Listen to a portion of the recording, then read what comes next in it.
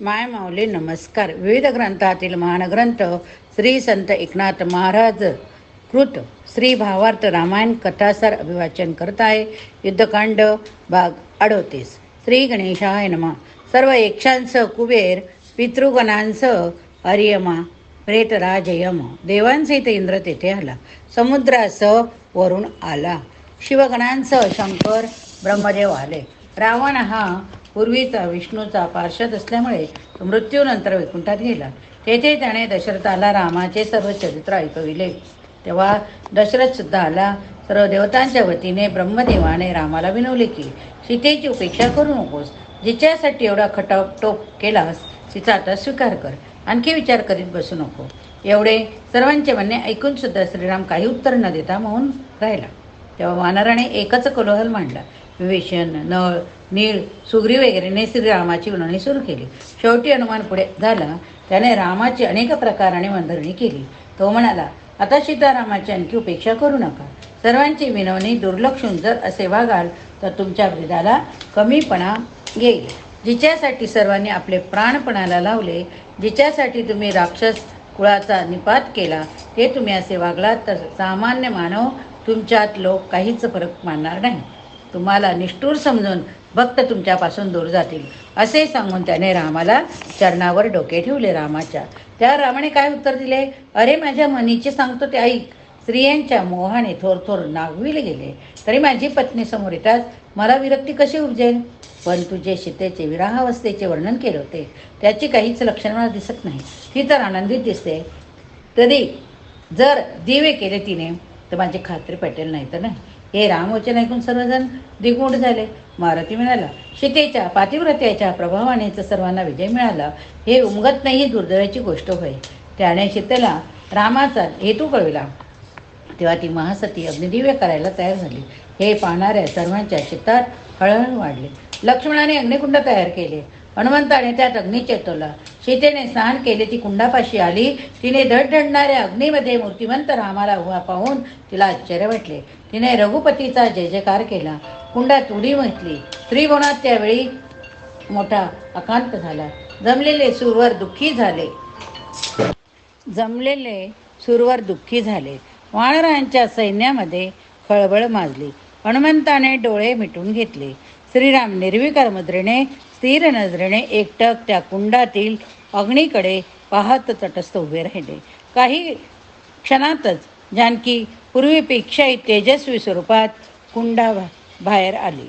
अग्नी क्षणार्धात विझून गेला. हे अर्धघटित लक्षावधी डोळ्यांनी पाहिले. वानर आनंदाने उड्या मारू लागले. अवघा आनंदी आनंद झाला. सीतेचे अग्निदिव्य आपण बघितले. आता दिव्य करून सीता अग्नीमधून बाहेर आली. तिला रामाने आपल्या शेजारी बसवून घेतले. ज्याप्रमाणे ज्योती आणि प्रकाश, सूर्य त्याची प्रभा अथवा हर आणि गौरी, त्याप्रमाणे दोघे भासले. सर्व वानर अत्यानंदाने कोलाहल करू लागले. सर्व देव वानर सैन्य इतरांना पाहून राम म्हणाला, मी सर्वांना वंदन करतो. आपणा सर्वांच्या सांगण्यास मान न देता मी सीतेला दिव्य करण्यास सांगितले. त्याबद्दल न रागवता माझे म्हणणे ऐकून घ्यावे. स्त्रीच्या देहामध्ये नैसर्गिकपणे काही दोष असतात. असत्य, उद्धटपणा, कपट, अविचारीपणा, अतिलोभ, अपवित्रता, निष्ठुरता असे ते दोष. सर्वसाधारणपणे स्त्रियांमध्ये यातील दोष असतात. शिवाय जानकीला रावणाने 6 महिने नेऊन ठेवली होती. तिच्या निष्पापपणाकडे मी जाणतो, परंतु लोकांमध्ये खात्री पटावी म्हणून तुमच्याच प्रेरणेवरून मी हे दिवे मागितले. त्यावर सर्वांनी उभयतांचा जय जयकार केला. देव म्हणाले, आमच्या मुक्ततेसाठी तुम्ही दोघांनी मानव जन्म घेऊन सर्व तऱ्हेचे कष्ट सहन केलेत. तू राज्य सोडून वनवास पत्करलास. हे सीतेने अत्यंत दुःख सहन केले. तू देवशत्रू रावणाचा संहार केलास. वाल्मिकीने तुझ्या जन्मापूर्वीच तुझे चरित्र गायले. ते तू जसेच्या तसे आचरून दाखविले. पुढे रामाने अग्नीला नमस्कार केला. जानकी अग्निदिव्यातून सुखरूप परत केल्याबद्दल त्याची स्तुती केली. तेव्हा अग्नी म्हणाला, जानकीच्या स्पर्शाने माझा 10 उलट शांत झाला. शंकराने सांगितले, आता सर्व कार्य पूर्ण झाले. तरी तू लगेच अयोध्येला जा. तुझ्या दर्शनासाठी भरत अत्यंत कष्ट सहन करून राहिला. तसाच शत्रुघ्न सुद्धा तुझी वाट पाहत आहे. त्याची सुद्धा अवस्था भरतासारखीच होय. तुझ्या सर्व माता तुझ्या दर्शनासाठी व्याकुळ झालेल्या, तुझा पिता तुला भेटण्यासाठी दिव्य लोकातून येथे आला. त्याला भेट. आकाशात उभ्या असलेल्या दशरथाला राम, लक्ष्मण, सीता याने वंदन केले. दशरथ म्हणाला, कैकेयीच्या वचनासाठी मी तुला वनवास दिला. हे माझ्या मनातील दुःख आज नष्ट झाले. आता तू त्वरित अयोध्येला जा. रामाने त्याला साष्टांग नमस्कार केला. म्हणाला, तात तुमच्या आशीर्वादामुळे, पुण्यामुळे हे यश मला मिळाले. तुमच्या आज्ञेप्रमाणे मी आता परत अयोध्येला जातो. याची खात्री असू द्या. तुम्ही सुद्धा आता निश्चितपणे स्वर्गामध्ये गमन करा. एवढे बोलून रामाने पुन्हा एक वार सर्वांना नमन केले. दशरथाचे समाधान आपण बघितले. आता यापुढे श्रीरामाने दशरथाचे समाधान केले. त्यामुळे तो अत्यंत आनंदित झाला. मग त्याने लक्ष्मणाला बोध केला. त्याने रामाच्या भक्तीचे महत्त्व त्याला समजावून दिले. तसेच रामाने दिव्य मागितले. याची खंत मानू नकोस असे तो सीतेला म्हणाला. त्याने सांगितले की तू रामभजनामुळे रामरूपच झालेला आहेस. तुला स्वतःच्या अस्तित्वाची वेगळी जाणीव नाही. म्हणून अशा भक्तांना अग्नी जळू शकत नाही हे जगाला दर्शवण्यास्तव त्याने दिव्य मागितले. त्यामुळे तू सदा सर्वदा रघुनाथ चिंतन सोडू नको असा उपदेश करून रामनामाचे स्मरण करीत करीत दशरथ आपल्या स्वर्गातील स्थानी जाण्याकरिता म्हणून विमानात चढला. त्याचे विमान निघून गेल्यानंतर सर्व देवांनी श्रीरामाची विनवणी करायला सुरुवात केली. ते म्हणाले, आम्ही सर्व स्थानबद्ध भ्रष्ट होऊन रावणाचे कैदेत असता त्यातून तू आमची मुक्तता केली. या तुझ्या उपकाराची फेड आम्ही कशी करणार? तरी तूच आता आम्हाला आज्ञा करून आमच्याकडून काहीतरी सेवा दे. हे ऐकून रघुनाथ बोलू लागला. तो सर्व देवांना उद्देशून म्हणाला, हे सर्व देव हो, ऐका. तुम्ही माझ्यावर प्रसन्न झालात हे माझे थोर भाग्य. तुम्ही माझी प्रार्थना करता खरी, पण रावणवधाचे कार्य हे मला निमित्त मात्र पुढे करून तुम्हीच करविले आहे. तुमच्या सर्वांच्या कृपेमुळेच हे शक्य. तरी जर काही करण्याची तुमची इच्छा असेल तर अमृतवृष्टी करून जे वानर दारातीर्थी पडले आहेत त्यांना पुनर्जीवित करा. कारण माझ्यासाठी त्यांनी प्राण वेचले आहेत. तरी एवढे काम केल्यास मला धन्यता वाटेल. हे ऐकून देव चकित झाले. इंद्राने त्याला वंदन केले व म्हणाला, तुझ्या नावाने सुद्धा चिरंजीव पद प्राप्त होते. असे असता तू आम्हाला हे जे मोठेपण देत आहे तो तुझा दयाळूपणा होय. असो, मी तुझ्या कृपेप्रमाणे वानरांना जिवंत करतो. एवढे बोलून इंद्राने त्या ठिकाणी अमृत वर्षाव केला. त्यावेळी त्या सर्व सैन्याकडे रामाने कृपादृष्टीने पाहताच ते सर्व सजीव होऊन उठले. त्यांना पुन्हा अव्यंग शरीराची प्राप्ती झाली आणि ते अत्यंत आनंदाने रामाच्या भोवती गोळा झाले. किलकिलाट करून लागले. रामाने प्रत्येक वानराला प्रेमाने लिंगन दिले. मग सर्व देवांनी मिळून रामाची प्रार्थना केली की त्याने ज्याप्रमाणे त्रिभुवन सुखी केले त्याप्रमाणेच अयोध्येला जाऊन तेथे सर्वांना सुखी करावे. भरत, शत्रुघ्न आदी करून सर्व नातलगांना प्रजेला भेटावे.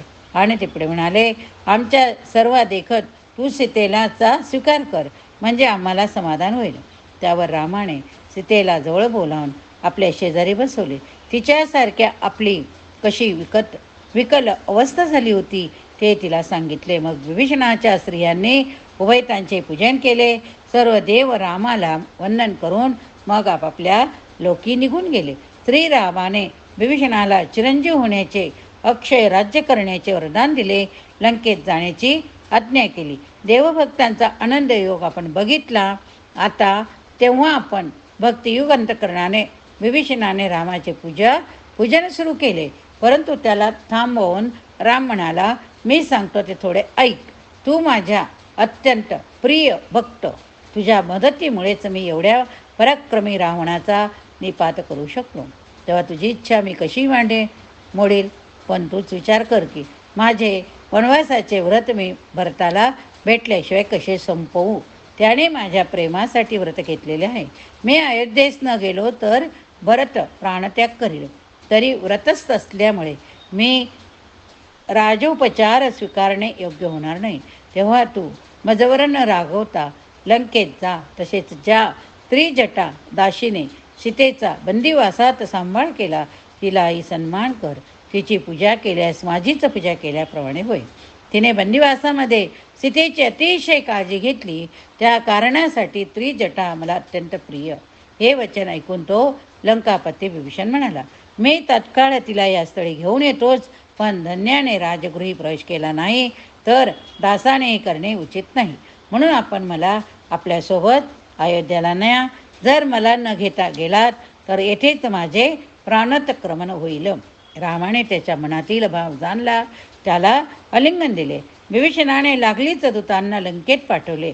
त्रिजटेला रथातून आणायला सांगितले. तिने ते रथ नाकारला. ती चालत चालत चालत रामापाशी आली. सीता रामाला पाहताच तिचे भान हरपले. तिने साष्टांग नमस्कार केला. रामाने तिला उठवले, हृदयाशी धरले. या निमित्ताने त्याने त्रिजटेला आपल्या स्वरूपामध्ये मिसळून टाकले. त्रिजटा रामरूप झाली. या स्थितीमधून सावरल्यावर ती रामाची स्तुती करू लागली. ती म्हणाली, हे देवा, तू शास्त्र, पुराणे, वेद यांना सुद्धा सापडत नाहीस. योगी तपस्वी यांचे श्रमसुद्धा जेथे निष्फळ होतात, असा तू जेथे सत्संग हरिकीर्तन होते तेथे मात्र एखाद्या लोभी मनुष्याप्रमाणे धावत जातोस, पण अभक्ताकडे मात्र ढुंकूनही पाहत नाहीस. पण तुझे भक्त मात्र शत्रुमित्र हा भेद करीत नाहीत. ते सर्वांची समानतेने वागता. म्हणून स्वहितासाठी प्रत्येकाने सत्संग धरावा. माझाच अनुभव पहा. सीतेच्या सहवासाने मला तुझी प्राप्ती झाली, नाहीतर माझ्यासारख्या राक्षसीनेचा उद्धार एरवी कधीतरी झाला असता काय. नंतर जिने सीता, लक्ष्मण, विभीषण, सुग्रीव, अंगद, जांबुवंत यांना साष्टांग नमस्कार केले. हनुमंताची वारंवार स्तुती करीत त्याला साष्टांग नमस्कार केला. विभीषण रावणाचे पुष्पक विमान घेऊन आला. रामाला हे स्वीकारण्यासाठी विनंती केली. तेव्हा रघुनाथ म्हणाला, जेव्हा तुला लंका दान दिली तेव्हा ती सर्व वैभवासकट दिली, म्हणून हे विमान दान दिले असल्यामुळे मी स्वीकारू शकत नाही. हे ऐकून विभीषण तटस्थ होऊन उभा राहिला. त्रिजटेला रामदर्शन या भाग आपण बघितला. आता पुढच्या भागात आपण विभीषण मनात अतिशय खिन्न झाला. तो तसा उभा असता त्या ठिकाणी विश्वकर्मा प्रकट झाला.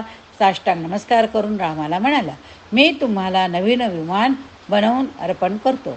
या क्षणार्धात त्याने एक भव्य दिव्य असे विमान निर्माण केले. ते एखाद्या पर्वताप्रमाणे प्रचंड विमान पाहताच सर्वजण थक्क झाले. त्याच वेळी लंकेत विभीषणाची आई कैकसी ही दुःख करीत बसली होती. शत्रू असूनही रामदर्शनाने रावण इतर राक्षसांचा उद्धार झाला. विभीषण, मंदोदरी, त्रिजटा हे सुद्धा उद्धारले. पण मी एकटीच कपाळ करंटी की माझ्या नशिबात रामदर्शन नाही. अशा विचारांची ती ओक्साबक्षी रडू लागली. सर्वांतरयमी अशा श्रीरामाच्या चितामध्ये तिचा विलाप घुमू लागला. ती दीनदयाघन कळवळला. त्याने विभीषणाला सांगितले की त्वरित जाऊन आपल्या आईला माझ्या भेटीकरिता घेऊन ये. विभीषणाने सेवक पाठवले. त्रिजटेप्रमाणेच कैकसी रथ नाकारून चालत चालत आले. विभीषण पुढे गेला. तिला हात धरून रामापाशी घेऊन आला. रामाने अत्यंत आनंदाने पुढे जाऊन तिला हृदयाशी धरले. त्या क्षणी ती रावण माता समाधी सुखात निमग्न झाली. ती पुत्र, सून, नातू, नात, सुना यांचे दुःख विसरली. चळ काळ यांची जाणीव विसरली. श्रीरामाने तिला भानावर आणले. रावणाशी आपले कसलेही वैर नसता त्याने सीतेला पळवले. देवा ब्राह्मणांचा छळ केला. शंकरापाशी पार्वतीची मागणी केली. या त्याच्याच सर्व कर्माने त्याचा नाश झाला. तरी विभीषणामुळे त्याला युद्धात वीरगती मिळून त्याचा उद्धार झाला. हे सांगून तो पुढे म्हणाला, तुझ्या पोटी विभीषण जन्मला म्हणून हे कैकसी तू त्रिभुवनात धन्य आहे. तू हरिभक्ताची माता. या प्रकारे रामाने तिचे सांत्वन केले. या भेटीची कथा क्रौच रामायणात सांगितलेली वर्णन होय. त्याच वेळी सीता उठली. रामाला विचारून लक्ष्मणापाशी आली. त्याचे चरण धरून क्षमेसाठी विनवू लागली. ती म्हणाली, वनवासात मी तुम्हाला